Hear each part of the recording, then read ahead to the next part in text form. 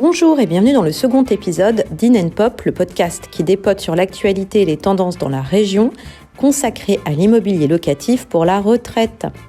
Après avoir parlé approche globale de l'immobilier locatif ainsi que des dispositifs les plus intéressants pour la retraite, Mélanie Scoufler, notre experte e-sélection et moi-même, allons aborder la question de l'emplacement et de l'âge pour vos investissements dans l'immobilier locatif. C'est parti!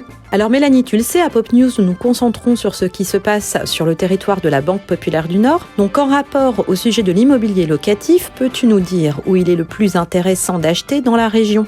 Alors, tu n'es pas sans savoir que la règle d'or, dans l'investissement locatif, ça reste vraiment la qualité de l'emplacement. C'est-à-dire un bien situé dans un secteur avec une forte demande locative, en cœur de ville, proche des transports en commun, des commerces, des écoles. Dans la région, forcément, l'agglomération lilloise va présenter un rendement attractif selon les quartiers, mais notre région, eh bien, elle rayonne. Il y a aussi d'autres villes attractives comme Villeneuve-d'Ascq, par exemple, qui est la 3e ville étudiante de France, mais aussi Amiens ou Valenciennes, qui représentent aussi des secteurs très dynamiques. Alors Mélanie, qui dit projet long terme comme la retraite, dit forcément âge d'achat. À quel âge peut-on commencer à s'intéresser à l'immobilier locatif ?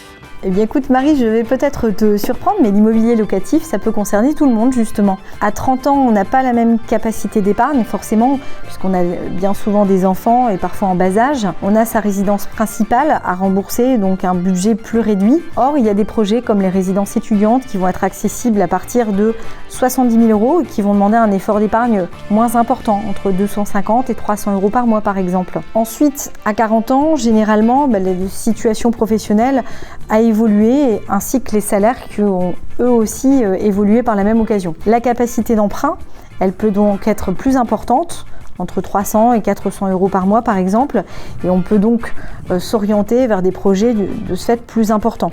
Enfin, à 50 ans, eh bien, on a bien souvent fini de payer sa résidence principale. On peut donc investir sur des projets plus conséquents dans d'autres types de fiscalité également, comme la nue propriété, qui va nécessiter un effort pour le remboursement de l'emprunt sans percevoir de loyer automatiquement. Et à 60-70 ans, est-ce qu'on peut encore investir ? Alors, tout est possible.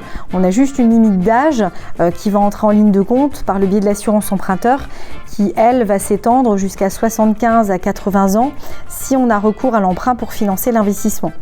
Et bien entendu, une durée d'emprunt plus courte va nécessiter des efforts d'épargne plus conséquents ou un apport personnel plus important. Merci Mélanie pour cet éclairage sur l'immobilier locatif pour sa retraite, épisode 2. Rendez-vous en fin de ce podcast pour voir ou revoir le premier épisode dédié à la construction de son projet en immobilier locatif pour sa retraite. Je rappelle à nos auditeurs que les conseillers Banque Populaire du Nord et e-sélection sont disponibles à tout moment pour échanger sur tous les dispositifs immobiliers décrits dans ce podcast.